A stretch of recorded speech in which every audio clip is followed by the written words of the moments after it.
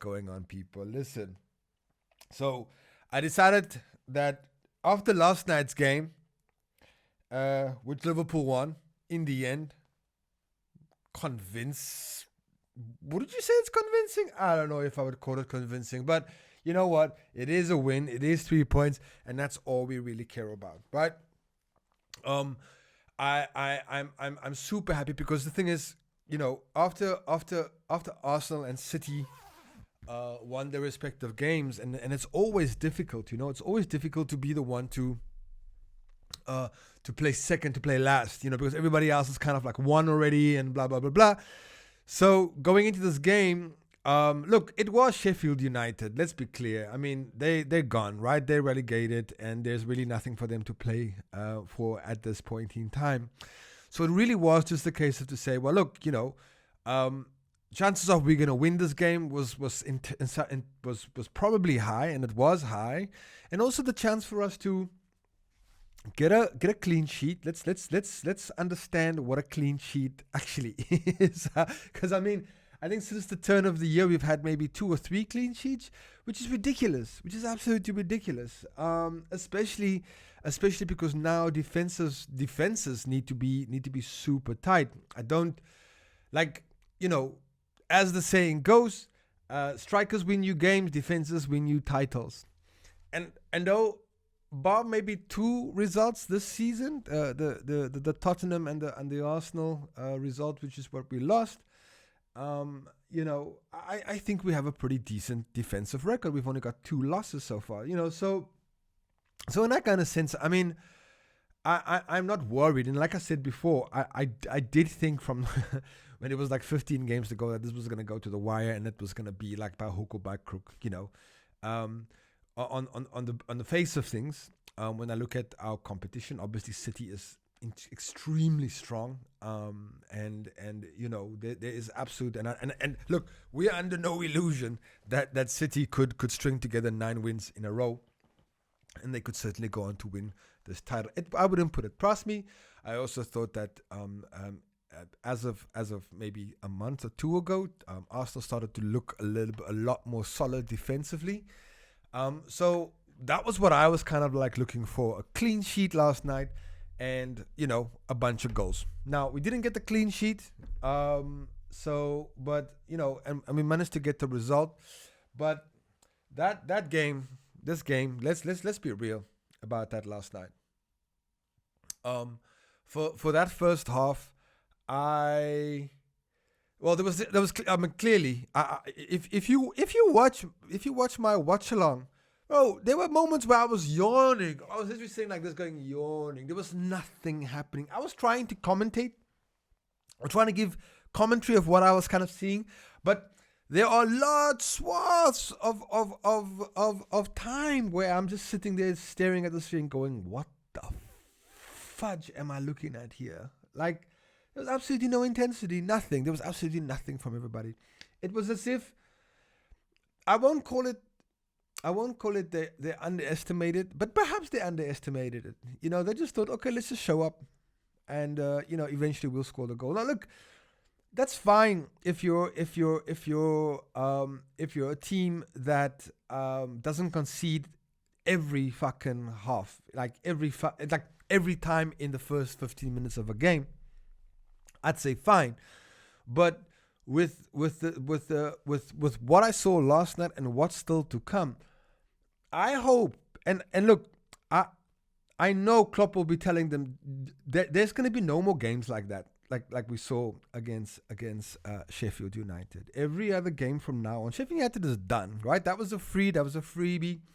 I didn't want to go on a crazy rant and that's why I'm recording the video the next day, because I just thought, you know what? It's a free hit. Let's not get into that. They should win that game. We did win the game, so that's all that matters at the end of the day. And I will get to the individual performance, because there was a couple of standout players, of course, as these things go. But but I always felt, to me, that this was a free hit, because everything from now on in everything is at stake. I mean, everybody's playing for something, right? we still have some difficult games coming up against Crystal Palace, Wolves, my God, Aston Villa, Everton. Like, and then of course we've got the big game against United. And it's just shout out to Chelsea. I was watching that game going, what the fuck? Anyway, it's not about them. Fuck them. So there's a lot still to play for, and I think it's gonna get even more intense and more hectic. I mean, we're looking at playing like every 3 days now. It's like, can you imagine that Christmas period that we normally have, where you have like so many games in one, like that? That's what's gonna be from now until the end of the season. But you know what? That being said, though, like I said, I'm happy. We can forget about this result. It's done. I don't think the players will even need to think about it. But I think what I just wanted to kind of reiterate is the need for intensity, the need for in-game management, and making sure that we put ourselves in a position where it's very difficult to lose. But we've been lucky so far, being able to come back from behind. And I know in this case we didn't come back from behind; we were actually leading. But I just hope that this team don't take their foot off the gas for 1 second, because this is the finishing straight now. There are going to be maybe 1 or 2 more corners that we need to navigate. United is one of those for sure, because I'm sure that they're going to be wanting to stop Jurgen Klopp winning them. I'm sure we will want to go for once and for all, shut them up at Old Trafford. My God, wouldn't that be brilliant? I will make my weekend. But yeah, look, ultimately, Reds, I come away from this experience feeling like everybody is really locked in. I think what was frustrating for me, and that's most of the thing, because I know this team can play better. I know this team can do better.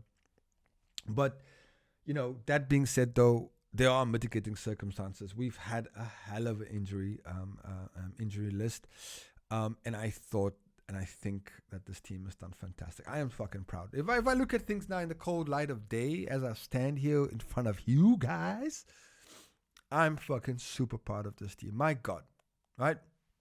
So, the positives, let's go. So that's the negative stuff, right? Let's talk about the positive things, because I do want to end off on a high note, because I do think there's so much for us to be excited for. I would never have thought that come mid-April, the beginning of April, we would be here fucking challenging for a title, for a Premier League title, our 20th title. My God, isn't that exciting? I mean, this is a privilege, right? And that's how I kind of see it as well. It's like, it's a privilege for us to watch the final season of Herr Klopp at Liverpool. It is on a level of Breaking Bad season 5. You know what I mean? Right? When I say that, Breaking Bad season 5, that's where I think we're going to be at, We're not trying to have a Game of Thrones fucking season 8. No, I'm not trying to do Game of Thrones season 8, people. Where we just drop the fucking ball and everything like that. I want, excuse me, a Breaking Bad season finale. Oh man, so we've got a lot of players coming back. Last night I was so happy to see Curtis Jones. He just has a fantastic knack of just keeping our attack going.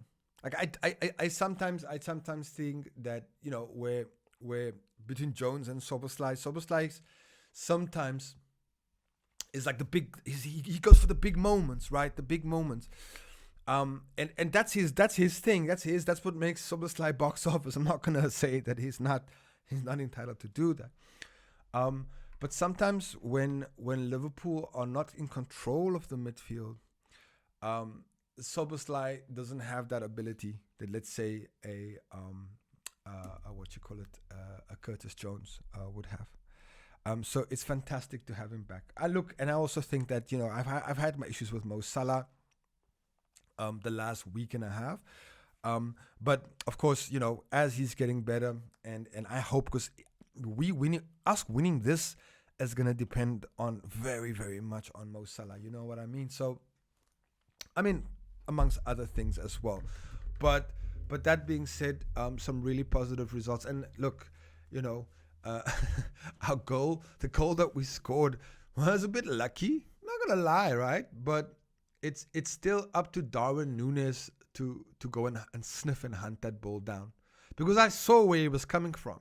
Right, he had no right to that ball.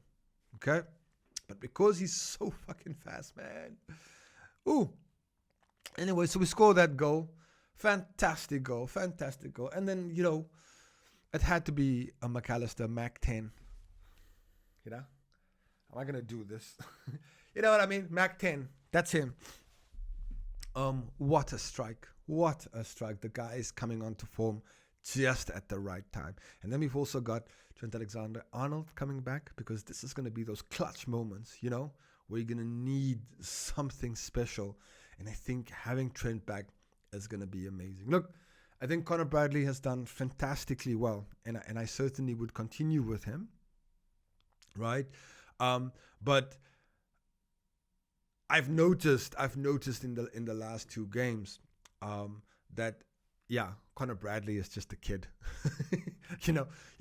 It's these big moments. And this is going to be great for Conor, for his experience. And remember, he just made his debut this fucking season. So to put all that kind of pressure on him, to put all that expectations on him, I don't think it's fair. I think he's done a fantastic job. However, I am noticing the kind of, where young kids, their attention spans tends to kind of like waver off and that kind of stuff. So as well as he's done, I think giving him a little bit of a break as well could do him the world of good, just to release, or just to release a little bit of pressure from him. But he's been my standout player, absolutely. So, and then the final goal, which I was so happy for Cody Gakpo for, because I know he's been one of those players that's been in and out of the team, and he's been asked to play at every different role and position. I never see him complain about it. Last night, he really made a beautiful goal for us, in a really clutch moment.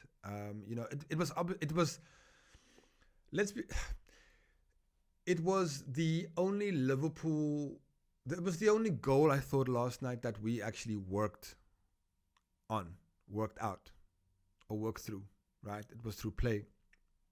The first goal we scored was a fucking goalkeeper had a melter, and then the second goal was a brilliant piece of individual skill. So to see Cody Gakpo finish that off made me really feel super happy, right? I think other players to mention, Ryan Gravenberch. I don't know about how it's gonna end for him, or how it's gonna go for him at Liverpool. He's been here a season now. Gonna give him. Of course, I support him, and I'm here for that. But I'm like Curtis Jones gets into that team before Gravenberch, all day, every day. Let's be real. So for me, I just think, he maybe missed the trick. He could have really owned this position. You know what I mean? Look, he's also been out injured and that kind of stuff. But the times that he's played, yeah. But look, it's not on Ryan Gravenberch. He's one person. He's one player. Another big shout out to Keller, who made a super save to keep the score 0-0, because look, it was going to be rinse and repeat for what we've seen from Liverpool. But that being said, though, it's fantastic. With 2 points clear at the top of the table. We got United next, so I don't know how that game's going to go. But you know what? We're going to fucking take them. Let's take them out at Old Trafford. It's great. Listen, it's great. It's fantastic, right? We have this amazing opportunity. Look, we can win a Premier League. We stand a chance to win a Premier League. We stand a chance to win Europa League. My God, right? Before Liverpool, when we were still in the Brendan Rodgers era, my God, we were lucky if we would get Europa League. Now we're talking about, yeah, we're playing finals. So all in all, I'm super, super happy with the way things have gone. Maybe in the moment it wasn't as cool as I wanted it to be, but you know what? Fuck it, it's all good. And I certainly feel we are the strongest and are the favorites to win this. All we gotta do is win all of our games. We don't worry about what's that goal difference. Just win all your fucking games, and then you're champions. Easy, right? Hey, Reds, listen. The video was a little bit longer than I anticipated, but you know, thanks for watching. I really appreciate it. Do me a favor, hit the like button. Really help us out with the algorithms. But anyway, till then, till the next video, take care, and I'll see you.